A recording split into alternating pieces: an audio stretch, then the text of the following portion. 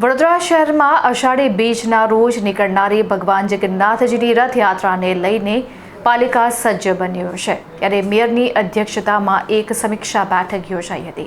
વડોદરા શહેરમાં આગામી અષાઢી બીજના પવિત્ર દિવસે નીકળનારી ભગવાન જગન્નાથજીની ભવ્ય રથયાત્રા શાંતિપૂર્ણ અને સુનિયોજિત રીતે સંપન્ન થાય તે માટે વડોદરા મહાનગરપાલિકા દ્વારા તૈયારીઓ તેજ કરી દેવામાં આવી છે। રથયાત્રાના રૂટ પર પાયાની સુવિધાઓ અને વ્યવસ્થાઓની સમીક્ષા કરવા માટે પાલિકાની વડી કચેરી ખાતે એક મહત્વપૂર્ણ સંકલન બેઠક યોજાઈ હતી। આ સમીક્ષા બેઠક વડોદરાના મેયર ગીતા મકવાણાના અધ્યક્ષસ્થાને યોજાઈ હતી, જેમાં ડેપ્યુટી કમિશનર, ડેપ્યુટી મેયર સહિતના ઉચ્ચ પદાધિકારીઓ અને વિવિધ વિભાગના અધિકારીઓ ખાસ ઉપસ્થિત રહ્યા હતા।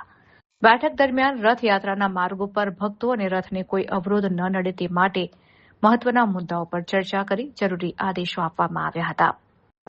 રથયાત્રાના સમગ્ર રૂટ પરના ખાડા પૂરવા અને રસ્તાઓ સત્વરે દુરસ્ત કરવા માટે જણાવવામાં આવ્યું છે। આ સાથે જ રૂટ પરની તમામ સ્ટ્રીટ લાઇટો ચાલુ રહે અને સફાઈની યોગ્ય વ્યવસ્થા જળવાય તેની પણ તકેદારી રાખવા સૂચન કરવામાં આવ્યું છે। ભગવાન જગન્નાથજીની રથયાત્રા વડોદરાના નાગરિકો માટે આસ્થાનો મોટો ઉત્સવ છે। ભક્તોને કોઈ તકલીફ ન પડે અને રથયાત્રા નિર્વિઘ્નપૂર્ણ થાય તે માટે તમામ વિભાગોને પરસ્પર સંકલન સાધીને કામ કરવા સૂચના આપી દેવામાં આવી છે।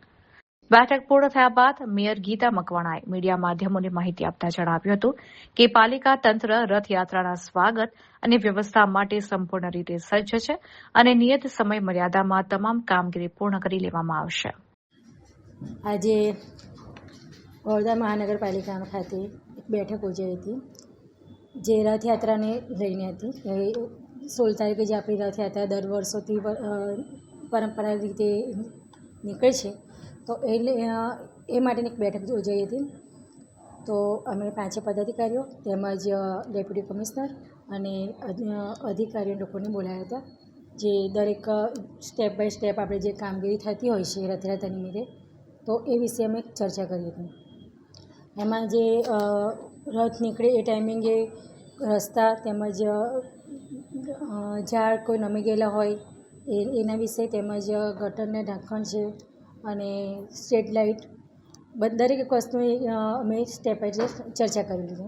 અને વર્ષોથી એ લોકો કામગીરી ઓલરેડી કરતા જ આવ્યા છે, એટલે એ લોકોનો અનુભવ બી અમને શેર કર્યો હતો અને અમે અમારો અનુભવ એમને શેર કર્યો અને પરસ્પર એક ચર્ચા કરી હતી। કયા સૂચનો આપ્યા?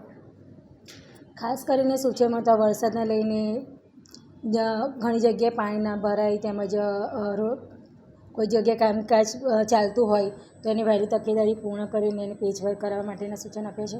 અને ઝાડ દરેક જગ્યાએ ચેક કરીને કોઈ જગ્યાએ વાયર ખુલ્લો હોય તો MGVCને જાણ કરીને એમનું પણ સૂચન આપ્યા છે। અને ટ્રીમિંગ કટિંગ માટેનું પણ એક સૂચન આપી દીધા છે।